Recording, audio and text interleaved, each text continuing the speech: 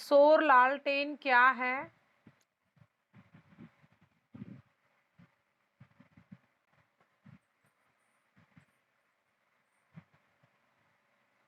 Okay, very good.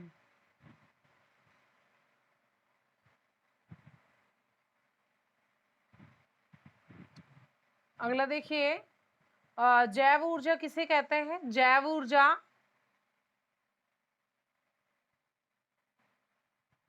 जैव ऊर्जा किसे कहते हैं?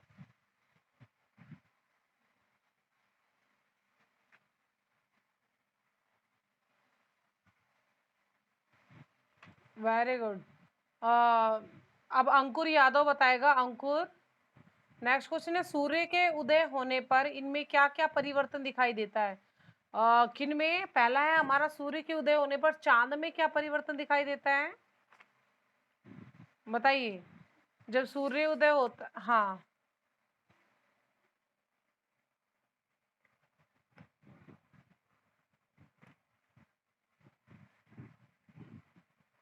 बेटा देखकर भी गलत बोल रहे हैं। आभाहीन, आभाहीन हो जाता है, मतलब उसमें चमक नहीं रहती है। इसका मतलब है चांद छिप जाता है। दिन में हमें चांद नहीं दिखाई देता ना, क्योंकि उसकी चमक सूर्य के आग की चमक के आगे फीकी पड़ जाती है। समझ गए? उसे कहते हैं आभाहीन। अगला है, तारों में क्या परिवर्तन दिखाई देता है जब सूर्योदय होता है? पायल बताएगी। पायल,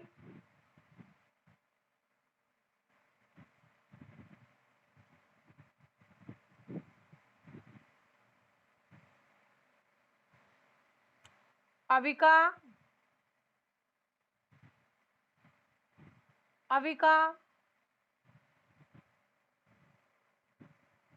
सूर्य के उदय होने पर तारों में क्या परिवर्तन दिखाई देता है? तारे भी आभाहीन होकर चांद के साथ वो भी छिप जाते हैं। इसके बाद है अगला क्वेश्चन, निम्नलिखित शब्दों के अर्थ लिखिए। अनुचर, अनुचर शब्द का क्या अर्थ होता है? अनुचर होता है पीछे चलने वाला। बोलिए, अनुचर का क्या अर्थ होता है? पीछे चलने। ओके, अगला अगला है दमा। दमा एक बीमारी है, एक सांस की बीमारी है, उसे अस्थमा कहते हैं। क्या कहते हैं? अस्थमा। ख्याति, ख्याति का शब्दार्थ होगा प्रसिद्धि। क्या होगा? प्रसिद्धि। और दिव्यांश और कार्तिक वीडियो ऑन करें अपनी। अगला है हमारा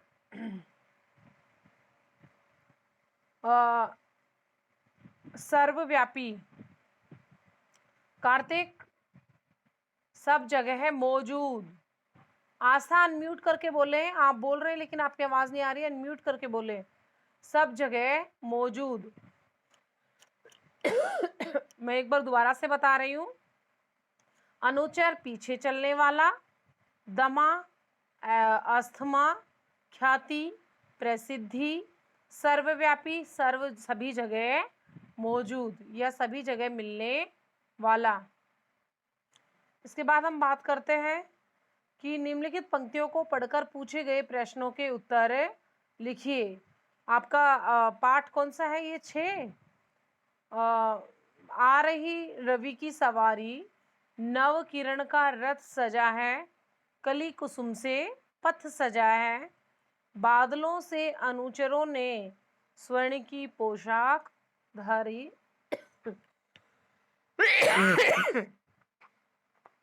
यहाँ पर एक क्वेश्चन बनता है, बादलों को किसकी उपमा दी गई है? अनुचरों की। हाँ जी, बोलिए।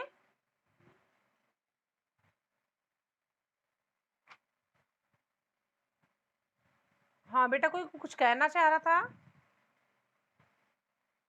मुकुंदराज, आर्यन, जतिन यादव सभी बच्चे वीडियो ऑन करेंगे। हाँ, अगला है, उपर्युक्त पंक्तियां जिस कविता से ली गई है उससे उसके कवि का क्या नाम है? आ रही रवि की सवारी के कवि कौन है? हरिवंश राय बच्चन। हाँ, ऐसे क्वेश्चन एनटीएससी में भी आ सकते हैं और अब भी आ सकते हैं आपके। हरिवंश राय बच्चन। हाँ जी। अगला है हमारा, रवि के स्वागत के लिए पथ किससे सजा है? रवि के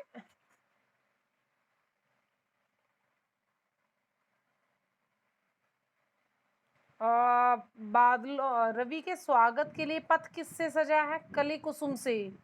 किससे? पथ, यहाँ रास्ते की बात कही गई है, रथ की बात नहीं। रथ तो नव किरण का रथ है। रथ किसका है? नव किरण का। और सजा किससे है? कली और कुसुम से। कली और कुसुम से। हाँ, उपयुक्त पंक्तियों में से छांटकर सूर्य का पर्यायवाची बताइए। जो हमारी कविता की पंक्तियां दी गई है उनमें से सूर्य का पर्यायवाची बताना है, जो है रवि। क्या है पंक्तियों में? रवि। हाँ जी। अगला अगला क्वेश्चन है हमारा, निम्नलिखित में से किसी एक प्रश्न का उत्तर दीजिए। आपको दो प्रश्न दिए गए हैं, इनमें से एक का पूछा जा रहा है। मुत्तुलक्ष्मी की उपलब्धियों पर एक अनुच्छेद लिखिए। मुत्तुलक्ष्मी ने क्या क्या उपलब्धि की, कैसे, कब, मतलब कौन सी पढ़ाई की, कौन से लेवल में की, किस तरह इनकी क्या पोजीशन रही, उनके बारे में आपको लिखना है। अगला है, ऊर्जा क्या है? ऊर्जा और पर्यावरण का क्या संबंध है?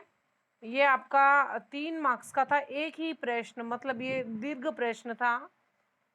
एक पाठ 5 से और एक पाठ 4 से। तो आपको अपने अच्छे से सभी प्रश्न लर्न करने हैं, जो हमारा 7 या 8 को पेपर होने जा रहा है, क्योंकि इन बिटवीन भी क्वेश्चन आएंगे, है ना। और आपके जो ऐसे कल ऑब्जेक्टिव सब्जेक्ट दोनों पेपर हुए, इसके आधार पर तो आपकी और भी अच्छी सी तैयारी हो जानी चाहिए, क्योंकि आपको आइडिया भी हो गया है किस तरह के पेपर आएंगे। अगला है,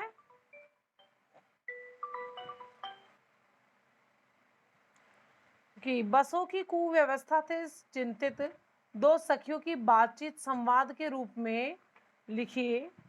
बसों की कुव्यवस्था ये आपकी बुक्स में भी है, ग्रामर में। आप स्कूल की बस की व्यवस्था को लेकर बात कर सकते हैं कि ये प्रतिदिन इतना लेट हो जाती है, हमारा पहला पीरियड निकल जाता है, टीचर की डांट सुननी पड़ती है, और हम अपना कार्य भी समय पर नहीं कर सकते। इस तरह से या तो ये बस पहले आ जाती है या बहुत ही लेट होती है। इसके बाद अगला है, वस्तुओं में निरंतर महंगाई को लेकर दो महिलाओं की चिंतापूर्ण बातचीत।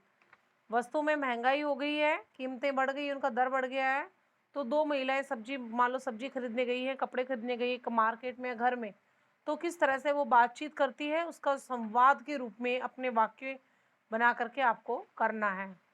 इसके बाद में मेरे पास आपका वो वाला क्वेश्चन पेपर तो है नहीं जो आपका कैंपस प्रो पे आया था, तो मैं कुछ बुक से करवाती हूँ, देखिए।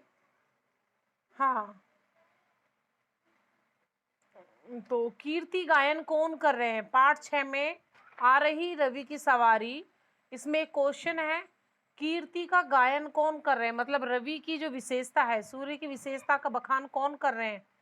ऑप्शन है आपके पास, बादल, दूसरा है तारागण, तीसरा है विहग, चौथा है नवकिरण।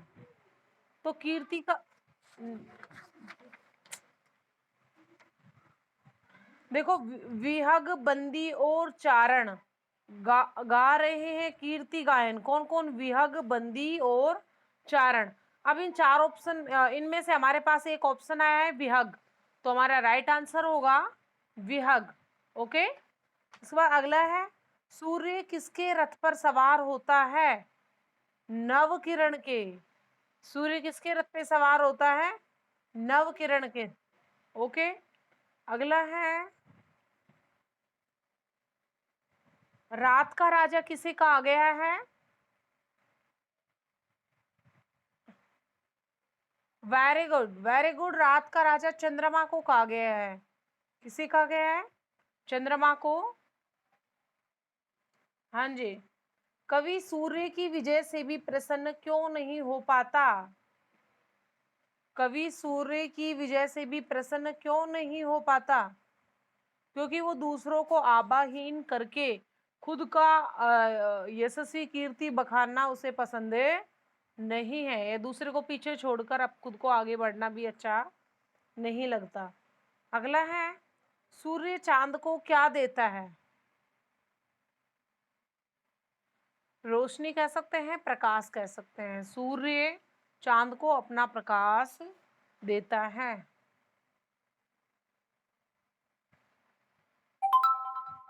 तो बच्चों, आ रही रवि की सवारी के कवि कौन है? अंकुर यादव बताएगा। अंकुर, आ रही रवि की सवारी, हरिवंश राय बच्चन। हाँ, हरिवंश राय बच्चन। हाँ, आ रही की रवि की सवारी में कवि हमें क्या बताना चाहता है कि प्रकृति प्रेम। हाँ जी, देखिए, प्रकृति प्रेम और सौंदर्य भावना का विकास करने वाली इस कविता के माध्यम से कवि ने विजय और पराजय दोनों ही स्थितियों में समता बनाए रखने का संदेश दिया है। समता मतलब इक्वल। हमें कभी ज़्यादा प्रसन्न भी नहीं होना चाहिए, किसी खुशी में मिल जाती है, ये नहीं हम किसी और को छोटा समझ लेते, लेकिन हमें क्या करना चाहिए, चाहे हम विजय हो चाहे पराजय हो, दोनों ही स्थिति में हमें समान व्यवहार करना चाहिए। ओके। हाँ। तो हरिवंश राय बच्चन ने हमें यही समझाया है कि चाहे हम विजय हैं चाहे पराजय, दोनों ही स्थिति में हमें समान व्यवहार करना चाहिए। अगर अब हम आगे बात करते हैं पाठ 5 की, जो हमारा मुत्तु लक्ष्मी से संबंधित है। आपने पढ़ा होगा ये कैसी महिला थी, बाद में क्या बन गई, इसके जीवन में क्या क्या कठिनाइयाँ आई। तो बच्चों देख लीजिए, पहले पहले समाज में महिलाओं की दशा सुधारने और शिक्षा का अधिकार दिलाने के लिए सबसे अधिक प्रयास डॉक्टर मुत्तु लक्ष्मी ने किया। इससे पहले और भी महान हुए थे और बाद में भी हुए, जिन्होंने महिला सुधार और महिला शिक्षा के लिए काफ़ी अच्छे प्रयास किए। तो इसी तरह मुत्तु लक्ष्मी ने भी महिलाओं की दशा सुधारने और उन्हें शिक्षा का अधिकार दिलाने के लिए प्रयास आज भी उनके बहुत प्रेरणाप्रद है। जब हम उनकी बातें करते हैं तो हमें जब पता चलता है कि मुत्तु लक्ष्मी ने महिलाओं की दशा सुधारने के लिए कितने प्रयास किए। तो डॉक्टर मुत्तु लक्ष्मी रेड्डी, ये किसी एक लड़की के बारे में बताया गया है कि पापा, इस साल 15% लड़कियों ने IAS की परीक्षा पास की है। कौन कह रहा है? मुत्तु लक्ष्मी कह रही है अपने पापा को, पापा इस साल कितना है प्रतिशत? 15%। मतलब 100 में से 15% लड़कियों ने, ये उस टाइम की बात है जिस टाइम ये बात बहुत बड़ी हुआ करती थी, क्योंकि लड़कियों को पढ़ाया ही नहीं जाता था। कुछ लड़कियां पढ़ती थी और जो पढ़ती थी वो बहुत आगे ही अपनी मंजिल को पार करती थी, आगे निकलती थी। भव्या का उल्लास से भरा स्वर वातावरण में गूंज उठा। तो बच्चों, मुत्तु लक्ष्मी का नाम था भव्या। इसका 2 नाम थे, एक तो मुत्तु लक्ष्मी और एक भव्या। नहीं, देखिए, भव्या बच्चों, ये भव्या अलग है, मुत्तु लक्ष्मी अलग है। तो भव्या अपने पापा से कुछ बात करे तो उनके पापा उनको मुत्तु लक्ष्मी के बारे में बताएंगे। ठीक है। देखिए ना, अब लड़कियां किसी भी क्षेत्र में लड़कों से पीछे नहीं है, भव्या कह रही है। इस पर दीक्षित जी ने कहा, ठीक कह रही हो बिटिया, क्या तुम जानती हो लड़कियों ने समाज में यह स्थान प्राप्त करने के लिए किन किन कठिनाइयों का सामना किया है? आगे